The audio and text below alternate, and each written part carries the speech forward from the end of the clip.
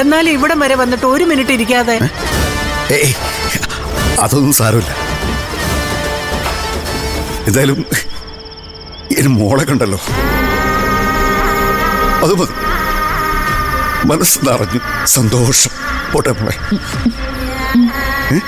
പോട്ടെ.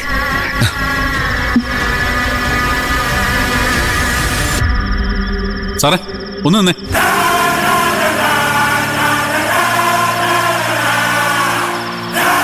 ഒരു minute.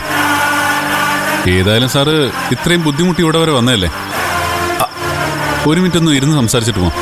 Sir പറഞ്ഞു. ശരി, ദത്ത പറഞ്ഞല്ലേ, എന്നാ പിന്നെ അങ്ങനെ ആവട്ടെ.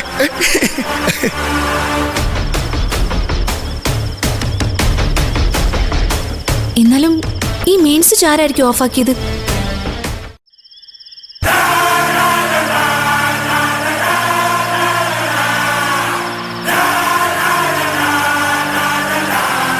എന്തായാലും ആദ്യകൂട്ടം പഠിക്കാൻ പോകുന്നത് നല്ലൊരു തീരുമാനമാണ് അല്ലേ കളക്ടറെ? സംശയം. വിദ്യാഭ്യാസമാണ് ഈ ലോകത്തിലെ ഏറ്റവും വലിയ മൂലധനം. അതുള്ളവരെ ഈ ലോകത്തിൽ ആർക്കും തോൽപ്പിക്കാനാവില്ല. പിന്നെ ഡെലിവറി ഒക്കെ കഴിഞ്ഞിട്ട് പൂജമോളെ നമുക്ക് പഠിപ്പിക്കാൻ അയക്കണം. കുട്ടികൾക്ക് എത്ര പഠിക്കാമോ അത്ര അവർ പഠിക്കട്ടെ. ഇരിക്കാൻ നേരമുണ്ടായിട്ടൊന്നും അല്ല, പിന്നെ നിങ്ങളെ കൂടെ നിർബന്ധിച്ചപ്പോ. അതിനിപ്പോ എന്താ, അതുകൊണ്ട് അത്രയും നേരം കൂടെ മോളെ കാണാനല്ലോ കളക്ടർക്ക്. അതെ അതെ അതെ അതെ. അല്ല, വേണമെങ്കിൽ ഡെലിവറി കഴിയുന്നവരെ മോള് നമ്മുടെ കൂടെ അവിടെ വന്ന് നിന്നോളൂ അല്ലേ? എത്രയൊക്കെ തിരക്കുണ്ടെന്ന് പറഞ്ഞാലും നിന്റെ കാര്യത്തിൽ നിന്റെ അമ്മ ഒരു വിട്ടുവീഴ്ചയും ചെയ്യില്ല. ആ അധ്യായമൊക്കെ നമ്മൾ അന്ന് പറഞ്ഞ് അവസാനിപ്പിച്ചതല്ലേ കളക്ടറെ? ഇവൾക്ക് ഇവിടെ അമ്മയില്ലാത്തതിന്റെ കുറവില്ലെന്ന് നിങ്ങൾക്ക് 2 ആൾക്കും നല്ല പോലെ അറിയാം. പിന്നെ മോളെ സ്വപ്നം കണ്ടതിന്റെ സങ്കടം കൊണ്ടാണ് കളക്ടർ ഇങ്ങനെയൊക്കെ പറയുന്നെങ്കിൽ, ഇതുപോലെയുള്ള സ്വപ്നങ്ങൾ കാണുമ്പോ കളക്ടർ നേരെ ഇങ്ങോട്ട് പോരെ. അപ്പൊ പിന്നെ വിളിച്ചോണ്ട് പോകേണ്ട കാര്യമില്ലല്ലോ അല്ലേ ദത്ത? അതെ അതെ, ഇവിടെ പൂജമോൾക്ക് ഒരു കുറവില്ല സാർ. മുത്തശ്ശി പൊന്നുപോലെയല്ലേ കൊച്ചുമോനെയും കൊച്ചുമരുമോളെയും നോക്കുന്നേ. പിന്നെ അതെനിക്കറിയാലോ. എന്നാലും ഞാനൊരു അച്ഛനായി പോയില്ലേടോ. അടിക്കടി ഇങ്ങനെ ഓരോ ആലോചനകൾ വരുമ്പോ ടെൻഷൻ അങ്ങ് കൂടും. അല്ലോ ആ ചെക്കൻ്റെ കേസ് എന്തായി? ആ കടപ്പുറത്തുകാരൻ്റെ അവനെ സ്ഥിരമായിട്ട് പിടിച്ചകത്തിടാൻ വല്ല വകുപ്പുണ്ടോ? അത് അന്വേഷണം നടക്കുന്നുണ്ട് സാർ. ഉടനെ ഞങ്ങൾ എന്തെങ്കിലും നടപടി എടുക്കും. ഇതിപ്പോ തനിക്ക് വെറൊരു കേസ് മാത്രമല്ലല്ലോ, കുടുംബകാര്യം കൂടിയല്ലേ, ആവാശം ഉണ്ടാവണം. Sure sir. എന്നാ ഇനി കാപ്പി കുടിച്ചിട്ടാവോ വർത്താനം? വേണ്ടായിരുന്നു. ഓ അതൊന്നും സാരമില്ല, ഒരു കാപ്പിയല്ലേ, കളക്ടർ കുടിച്ചാട്ടെ. അതല്ലമ്മേ, ഈ സന്ധ്യ കഴിഞ്ഞ് ഈ കാപ്പി എന്ന് പറയുന്ന സാധനം അകത്ത് നിന്ന ഭയങ്കര ഗ്യാസാ. ആണോ? അതിനൊരു കാര്യം ചെയ്താൽ മതി, ഒരു ഇത്തിരി ഇഞ്ചിയും വെളുത്തുള്ളിയും കൂടെ അരച്ചങ്ങ് വിഴുങ്ങിയാൽ മതി. പിന്നെ ഗ്യാസ് 7 അയില് തുടി വരില്ല.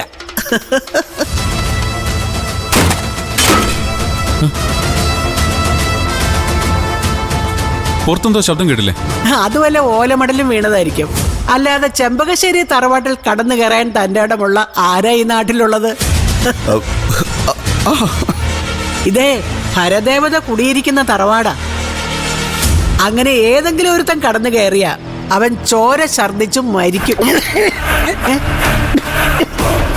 എന്തു പറ്റി കളക്ടർ? മോനെ നോക്കി നിൽക്കാതെ അച്ഛന്റെ തലയിൽ തട്ടിക്കൊടുക്ക.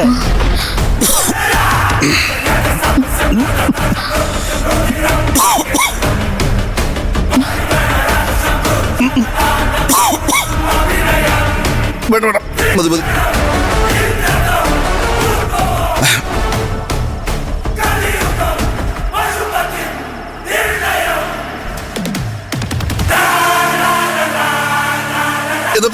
അയ്യോ, രാത്രിയിൽ യാത്ര പറച്ചിലൊന്നും വേണ്ട, പിന്നെ കാണാന്ന് പറഞ്ഞിട്ട് ഇറങ്ങൂ കളക്ടറെ. അപ്പൊ പിന്നെ കാണാം.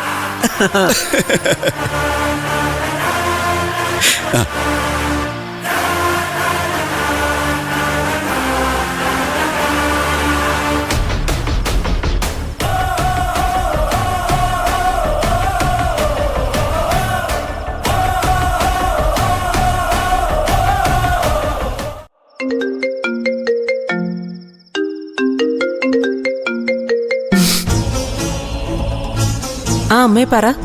ഒന്നുമില്ല മോളെ, കളക്ടർ ഇവിടെ വന്നിട്ടുണ്ടായിരുന്നു. ഇപ്പൊ അങ്ങോട്ട് ഇറങ്ങിയതേ ഉള്ളൂ. അത് പറയാൻ വേണ്ടിട്ട് വിളിച്ചതാ. എന്തിനാ ശ്രീനി അവിടെ വന്നത്? ഒന്നുമില്ല, വെറുതെ. പൂജമോളെ സ്വപ്നം കണ്ടെന്നാ പറഞ്ഞേ. എന്നിട്ട് എന്ത് പറഞ്ഞു? എന്തു പറയാൻ, പാവം വല്ലാത്ത സങ്കടത്തിലാ. പിന്നെ കുറെ നേരം ഇവിടെ നിന്ന് ഞങ്ങളോടൊക്കെ സംസാരിച്ചിട്ടാ പോയേ. എന്താ സംസാരിച്ച്? ഓരോ വിശേഷങ്ങളെ, ആദ്യകൂട്ടം പഠിക്കാൻ പോകുന്ന കാര്യോ, പിന്നെ പിള്ളേരുടെ ഭാവി കാര്യോ, അങ്ങനെ പലതും. ഉള്ളത് പറയാലോ. പൂജമോളെ ഭാഗ്യം ചെയ്ത കുട്ടിയാ. ഇങ്ങനെ സ്നേഹിക്കാൻ അവൾക്കൊരച്ഛനെ കിട്ടിയല്ലോ. അതെ, ആളവിടെ എത്തുമ്പോ കൂടുതൽ ചോദിച്ച് സങ്കടപ്പെടുത്തിയൊന്നും വേണ്ട കേട്ടോ. മായോട് പറയാതെ വന്നെന്നാ പറഞ്ഞേ. മോളെ കാണാതെ കിടന്നാലേ ഉറക്കം വരില്ലെന്ന്. എല്ലാരും എപ്പോഴും പറയാം അമ്മമാർക്ക് ആ മക്കളെ പറ്റി ആദ്യം. അതൊക്കെ വെറുതെയാ. അമ്മമാരെ പോലെ തന്നെ അച്ഛന്മാർക്ക് സങ്കടമൊക്കെ ഉണ്ട്. അവരത് പുറത്ത് കാണിക്കുന്നില്ലെന്ന് മാത്രം. പെണ്ണുങ്ങളെ പോലെ കരയാൻ അവർക്ക് പറ്റില്ലല്ലോ.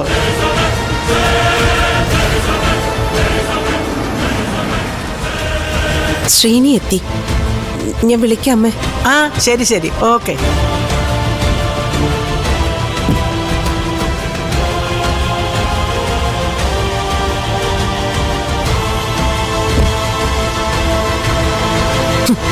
അടിക്കടി മകളെ കെട്ടിച്ച വീട്ടിൽ പോകുന്നത് അഭിമാനക്കേടെന്നല്ലേ പറഞ്ഞത്?